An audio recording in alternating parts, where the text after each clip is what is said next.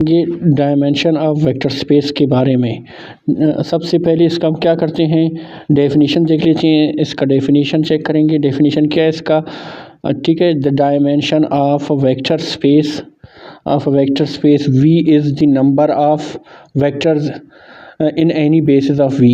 यानी कि आप क्या करोगे, जब आप किसी भी वेक्टर का बेसिस निकालोगे तो उसमें देखोगे जितने भी नंबर ऑफ वेक्टर्स होंगे बेसिस में, वो उसके क्या कहलाएंगे, डायमेंशन कहलाएंगे, ठीक है।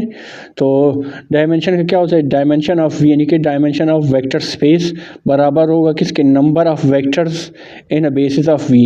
यानी कि जो सेट वी है, वेक्टर हमारे पास वी है, उसका हम क्या करेंगे, बेसिस निकालेंगे। बेसिस निकालने के बाद हम देखेंगे कि उसमें कितने बेसिस है वेक्टर के, उस वेक्टर के, तो वो उसका क्या कहलाएगा, वो उसका डायमेंशन कहलाएगा, ठीक है ना। इसका एक्सप्लेनेशन चेक करते हैं।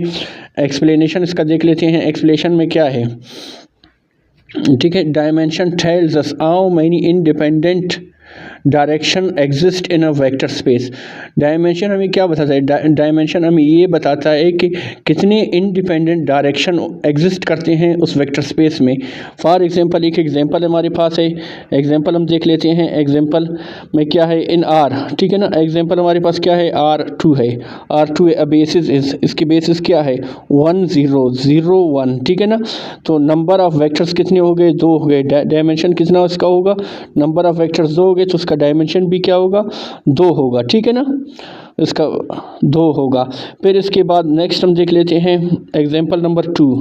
एग्जांपल नंबर 2 में हमारे पास क्या है, इन R3, ये R3 है, यानी कि 3 का टफल है, 1 2 3, ठीक है ना। 1 2 3 1 2 3, इसमें नंबर ऑफ वेक्टर्स कितने हैं, 3 आ रहा है, तो इसका डायमेंशन भी क्या होगा, 3 होगा। इसके बाद एग्जाम्पल नंबर 3 देखते हैं। एग्जाम्पल नंबर 3 में हमारे पास क्या है, एग्जाम्पल 3 में if a vector space as basis, अगर एक वेक्टर है उसके बेसिस क्या क्या है, V1 है, ठीक है, V1 है, V2 है, V3 है, V4 है, तब इसका डायमेंशन कितना होगा, 4 होगा, क्योंकि इसमें कितने वेक्टर्स आ रहे हैं, 4 आ रहे हैं, ठीक है ना।